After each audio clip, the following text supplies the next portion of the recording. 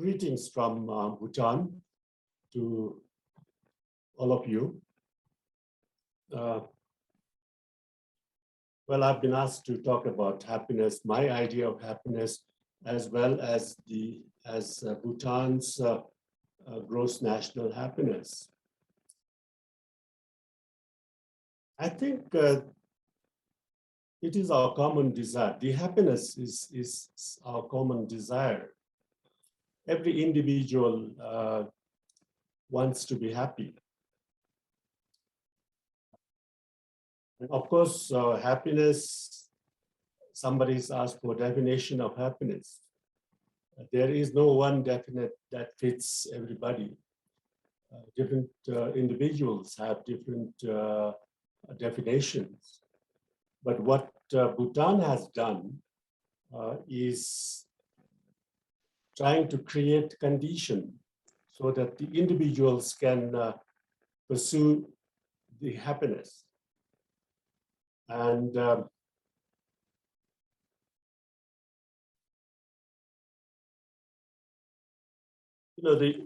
humanity, the meaning and purpose of life.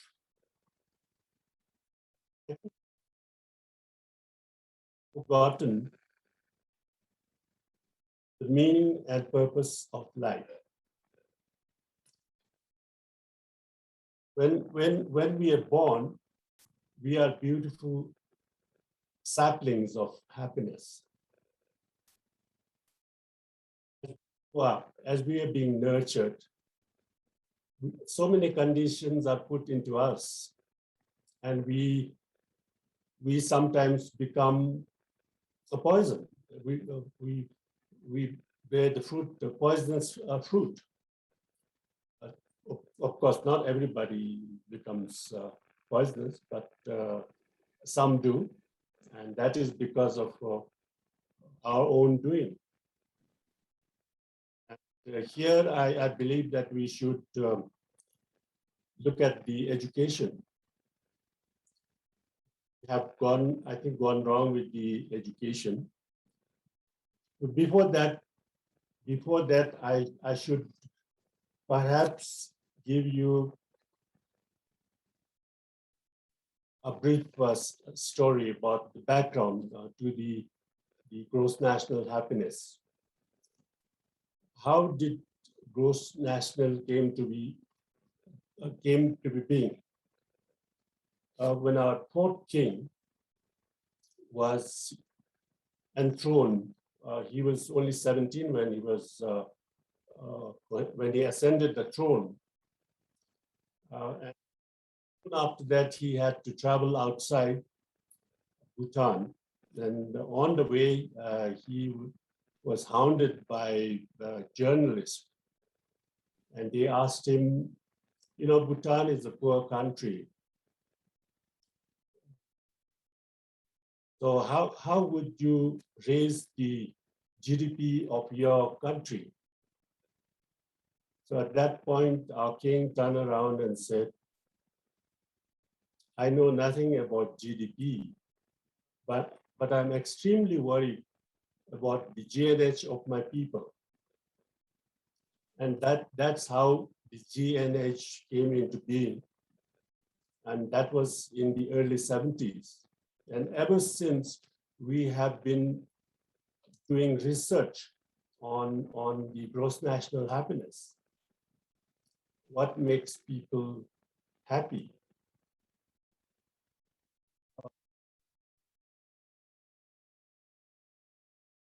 So I'll have to refer to my note. Ist rhetorisch sehr grenzwertig, würde ich sagen. Can you please mute yourself if you're not a speaker, please? Thank you.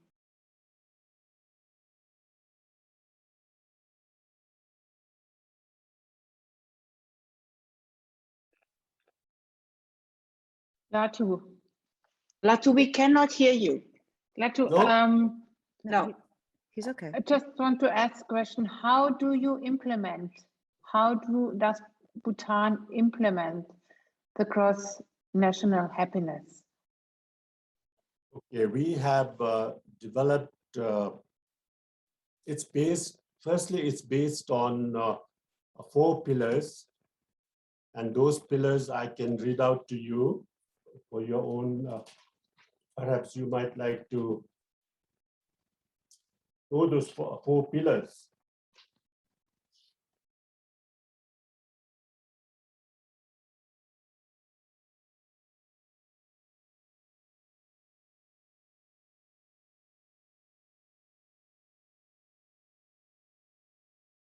Okay, what we do is we have a set of domains. We have 9 domains, 4 pillars.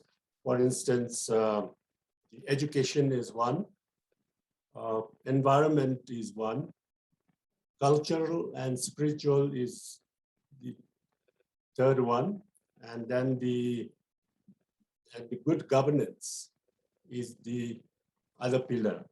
And there are also 9 domains and 72 indices. So every program, plans and development programs of Bhutan has to go through the GNH screening tools. So we've developed a set of tools, and any project that we implement for our development has to pass through that screening process. So that is how we implement the GNH. And that is that was developed for Bhutan. What about other countries, Ambassador? How do other countries implement this? Do they embrace this concept that has been developed? No, since after we knew that it was going to work and it was the way to go, then we took it to the United Nations. And that was in 2010. So we shared with the member states. We had to brief each and every member on this new paradigm, as opposed to the GDP. So it took us nearly 10 months to cover the entire 192 members.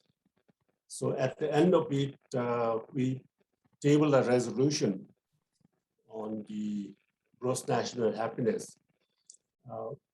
And the resolution was accepted. It was passed by consensus in 2011 General Assembly. It was the 65th General Assembly. So that we shared with that.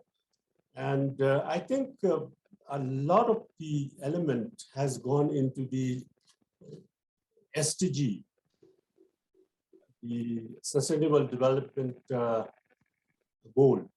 So a lot of the elements that has come from the GNH philosophy has gone into the SDG.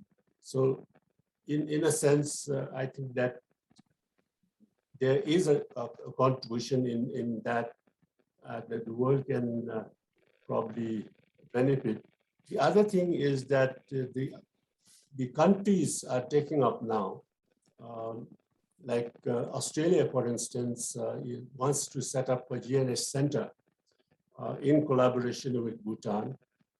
Thailand, some corporations have got linked with us, with our center, and we exchange knowledge, and we also give training to their people. You know, what's fascinating. Yes, Valerie. I'm sorry. What's fascinating is that this is quantified on some, as you mentioned, the pillars and the domains. It's quantified for for a country to use it as an indicator, but then to filter down to the individual, we can embrace happiness. People often say happiness is a choice, right? That it's something that you almost have to practice. Do you believe that to be true? Happiness, well, yes, happiness is an individual pursuit, you're right. But the condition for collective happiness has to be created. And that is the responsibility of our governments, our states, our leaders. So they are responsible to create condition that is conducive for people to pursue happiness. Because everybody looks for happiness in life, but we are looking in the wrong places all the time.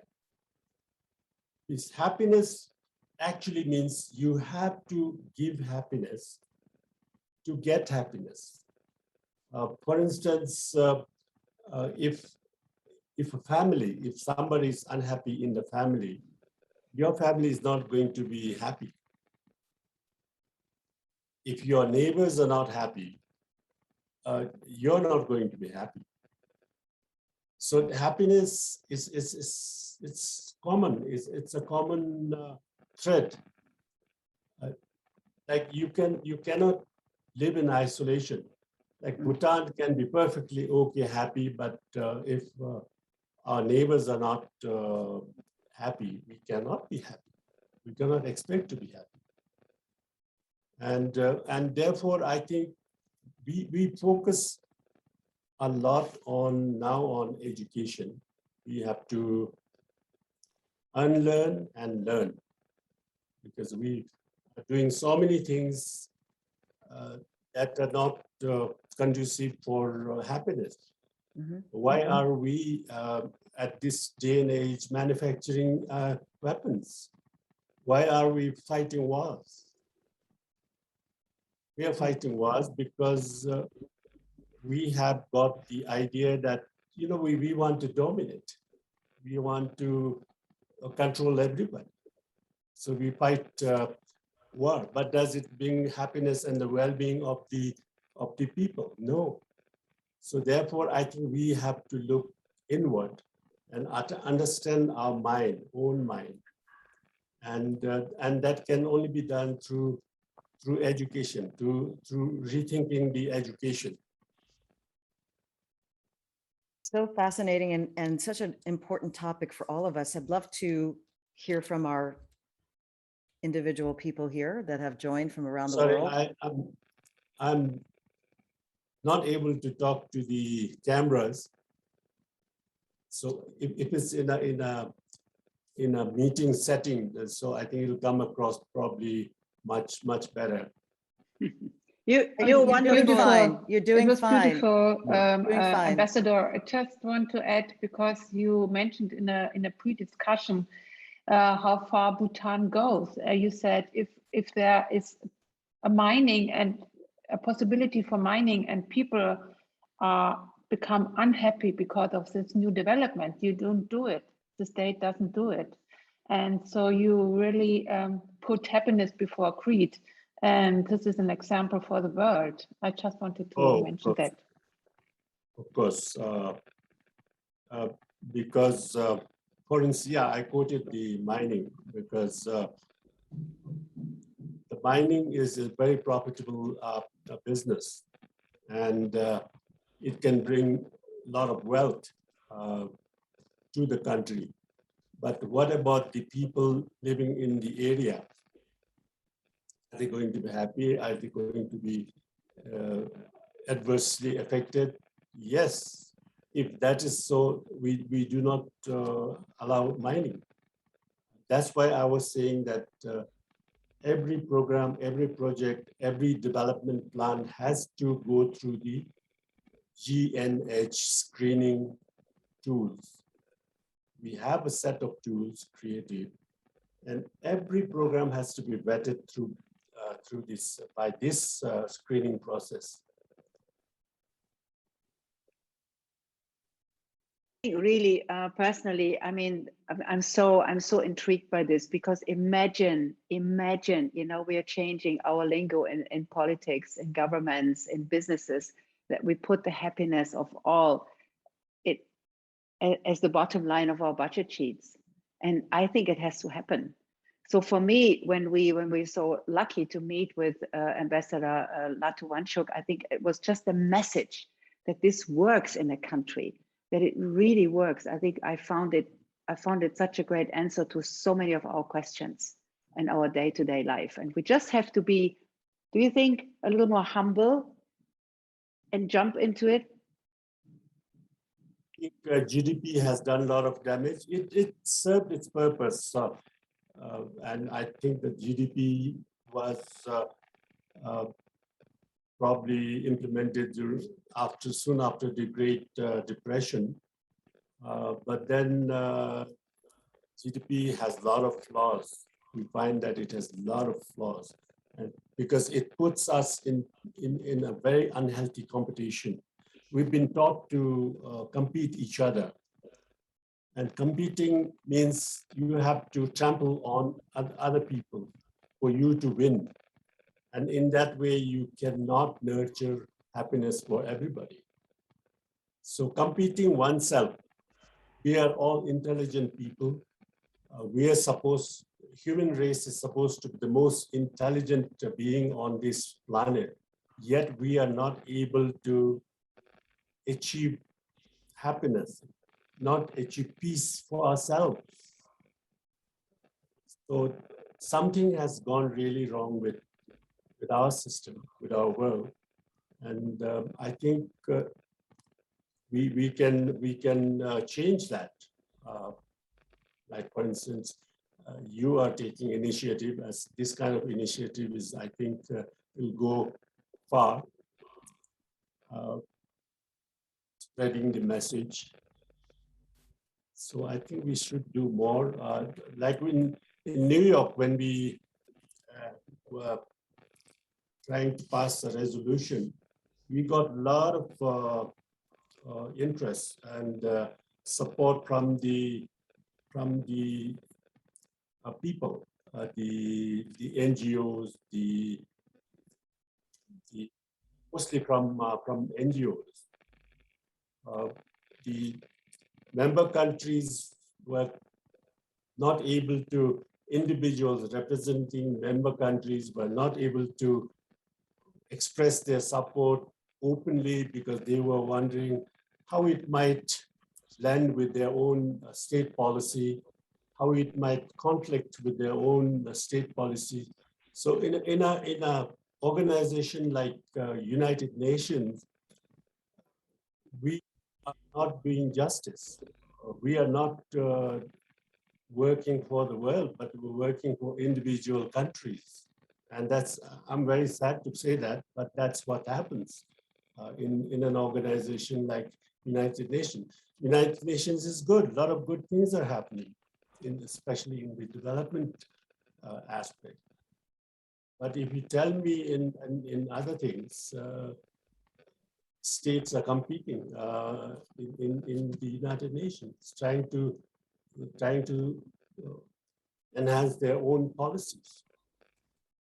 Because what we need is a global policy, not individual countries' policy.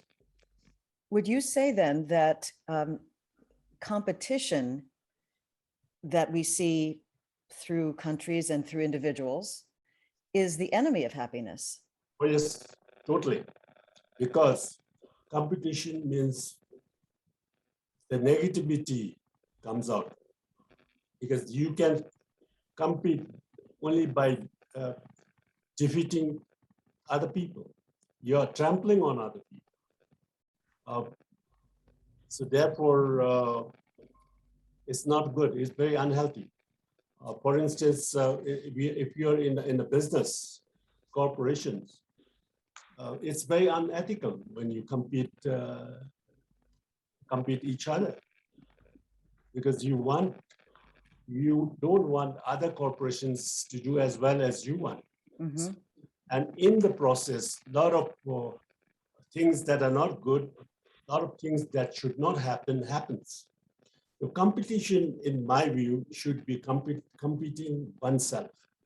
If, as individuals, we must compete to do our best, provide the best we can, give happiness. If you can make people around you happy, you have done very well. Yes, it's giving of yourself and Become somebody. we've been taught to be very selfish. We are not Mhm. born like that, but we've been taught. So therefore, the education has to be relooked at. Education has to be totally changed, because we have to change. Train people to look at the possibilities that human beings can do. A lot of possibilities. Good So things right. we can do for our good Yes. world, common world.